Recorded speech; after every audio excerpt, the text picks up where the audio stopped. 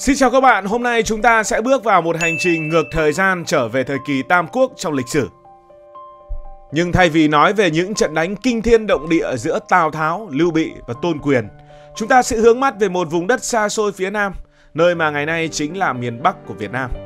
Đây là cách mà nhà Đông Ngô, một trong ba thế lực thời bấy giờ, đã quản lý vùng đất này, một nơi vừa giàu có vừa bí ẩn.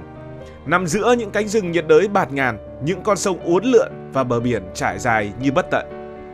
Trong các chương liên quan đến Đông Ngô, Giao Châu, tức là nước ta thời đó, đôi khi được đề cập đến khi Tôn Quyền sai các tướng như Lữ Đại hoặc Chu Nhiên đến để quản lý hoặc bình định vùng đất này. Dù vậy, Tam Quốc Diễn Nghĩa không đi sâu vào chi tiết về Giao Châu mà chủ yếu tập trung vào các cuộc đấu tranh giữa Thục Hán, Đông Ngô và Tào Ngụy ở vùng Trung Nguyên. Giao Châu không chỉ là một vùng đất địa lý mà còn là một thử thách lớn đối với Đông Ngô. Làm sao để kiểm soát một nơi cách xa hàng ngàn dặm, nơi mà người dân bản địa có ngôn ngữ, phong tục và lối sống hoàn toàn khác biệt? Làm sao để biến Giao Châu trở thành một viên ngọc quý? Hãy tưởng tượng bạn đang đứng ở Giao Châu vào khoảng năm 220 sau công nguyên. Trước mắt bạn là một khung cảnh tuyệt đẹp. Những con sông lớn như là sông Hồng, sông Đuống uốn mình chảy qua những cánh đồng lúa vàng óng ánh. Xa xa là những dãy núi chập trùng, nơi ẩn chứa vô số loài thú hoang dã và kho báu tự nhiên. Rồi còn có cả ngọc trai, đồi mồi, trầm hương. Ven biển, những con sóng vỗ vào bờ, mang theo vị mặn mà của đại dương. Đây chính là Giao Châu, một vùng đất trù phú nhưng cũng đầy thách thức, và đó là đất tổ của người Việt.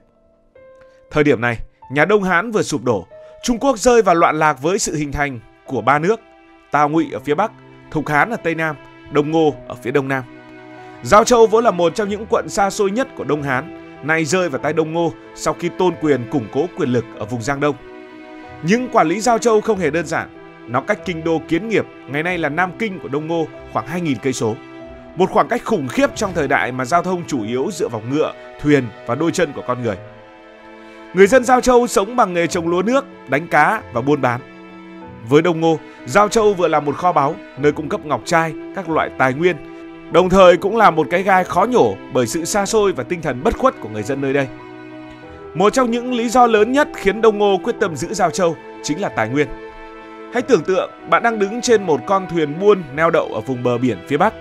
Trước mắt bạn là những chiếc thuyền gỗ chất đầy ngọc trai lấp lánh, những bao tải trầm hương tỏa mùi thơm ngát và cả những thùng gia vị quý hiếm.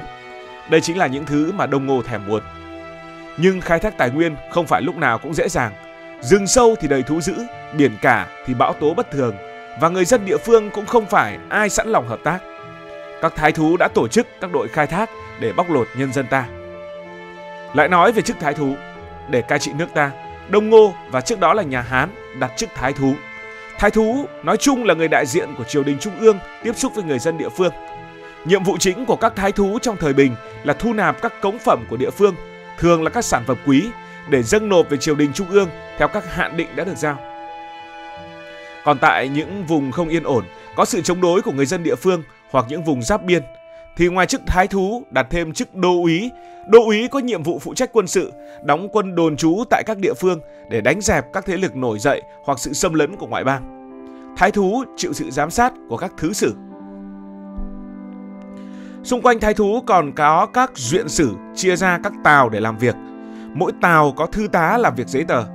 Theo một số giả thiết, tên gọi người Tàu, nước Tàu bắt nguồn từ chữ Tào này.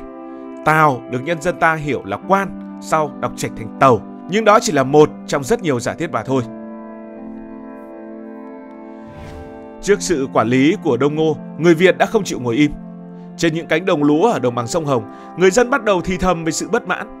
Trong những ngôi làng ở ven rừng, các thủ lĩnh địa phương họp kín, bàn cách chống lại sự áp bức của Đông Ngô. Và rồi năm 248, một ngọn lửa lớn đã bùng lên. Đó chính là cuộc khởi nghĩa của Triệu Thị Trinh, người mà chúng ta biết đến với tên gọi Bà Triệu. Triệu Thị Trinh đã đứng lên lãnh đạo dân chúng chống lại Đông Ngô. Truyền thuyết kể rằng bà cưỡi voi trắng, mặc áo giáp vàng, dẫn hàng ngàn người dân Giao Châu vào cuộc chiến. Bà đã từng tuyên bố: "Tôi muốn cưỡi cơn gió mạnh, đạp bằng sóng dữ, chém cá kinh ở Biển Đông, chứ không chịu cúi đầu làm tỳ thiếp." Cuộc khởi nghĩa của bà Triệu là minh chứng cho tinh thần bất khuất của người Việt, nhưng cũng là hồi chuông cảnh báo cho Đông Ngô rằng Giao Châu không phải là một vùng đất dễ khuất phục. Đông Ngô phải điều động một đội quân lớn do tướng Lục Dận, là cháu của Lục Tốn nổi tiếng chỉ huy, để đàn áp cuộc khởi nghĩa. Sau nhiều tháng giao tranh ác liệt, bà Triệu thất bại và hy sinh, nhưng tinh thần của bà đã khắc sâu vào lịch sử. Cuộc khởi nghĩa này cho thấy sự quản lý của Đông Ngô luôn vấp phải sự kháng cự của người Việt. Nhưng Đông Ngô liệu đã để lại gì cho Giao Châu? Trước hết, đó là sự giao thoa văn hóa. Chữ Hán và Nho giáo bắt đầu lan tỏa, đặt nền móng cho hệ thống hành chính và giáo dục sau này.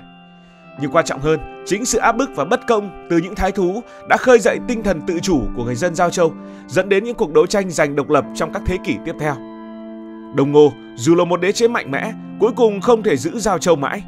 Sau thời Tam Quốc, nhà Ngô suy yếu và sụp đổ, Giao Châu dần thoát khỏi sự kiểm soát của Trung Quốc sau này, mở đường cho những triều đại tự chủ như nhà Ngô và nhà Đinh. Và nói về việc quản lý Giao Châu thì không thể không kể đến Sĩ Nhiếp. Những năm đầu thời Tam Quốc cũng là những năm cuối thời Đông Hán còn chút quyền hành hiếm hoi. Nước ta nằm dưới sự cai trị của Sĩ Nhiếp.